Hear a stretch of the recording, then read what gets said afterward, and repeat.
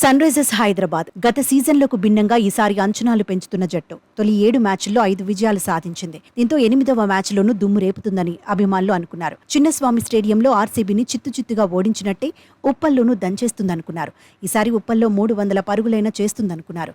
First batting చేస్తే sun Risers ను RCB ఆపడం కష్టమే అనుకున్నారు. చేజింగ్లోనూ ఎంత స్కోర్నైనా కరిగించే దమ్ము కమిన్స్ సేనకు ఉంటుందనుకున్నారు. కానీ ఈసారి ఫలితం మారిపోయింది. అభిమానుల అంచనాలకు తగినట్టుగా సన్ రైజర్స్ హైదరాబాద్ ఆడలేకపోయింది. రాయల్ ఛాలెంజర్స్ బెంగళూరుపై మరోసారి అదిరిపోయే విజయాన్ని అందుకోలేకపోయింది.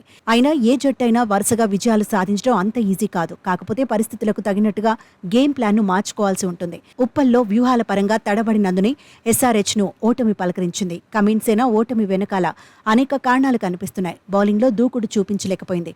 ఉప్పల్లో బౌలింగ్ మార్పుల పరంగా కమిన్స్ ఆకట్టుకోలేకపోయాడు. రాయల్ ఛాలెంజర్స్ బ్యాటర్స్ పై ఒత్తిడి పెంచలేకపోయాడు.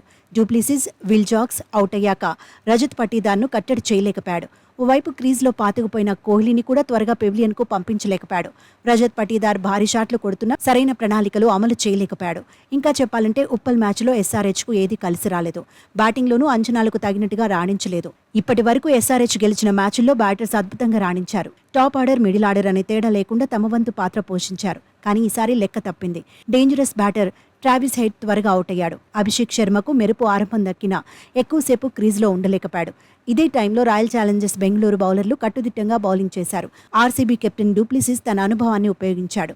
స్పిన్నర్లతో మ్యాజిక్ చేశాడు. సన్ రైజర్స్ బ్యాటర్స్ మీద ఒత్తిడి పెంచడంలో సక్సెస్ అయ్యాడు. దీంతో ఎస్ఆర్హెచ్ బ్యాటర్స్ పెవిలియన్కు క్యూ కట్టారు.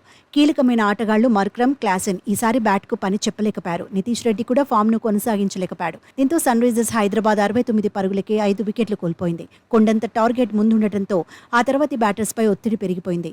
సాధించాల్సిన రన్ రేట్ అంతకంతకు ఎక్కువైంది. దీంతో ఎస్ఆర్హెచ్ 171 పరుగులకే పరిమితమైంది. అయితే ఇకపై అయినా సన్ రైజర్స్ అలర్ట్గా ఉండాలని ఎక్స్పర్ట్స్ చెబుతున్నారు. లీగ్ దశ సెకండ్ హాఫ్లో మళ్లీ ట్రాక్ ఎక్కాలంటున్నారు.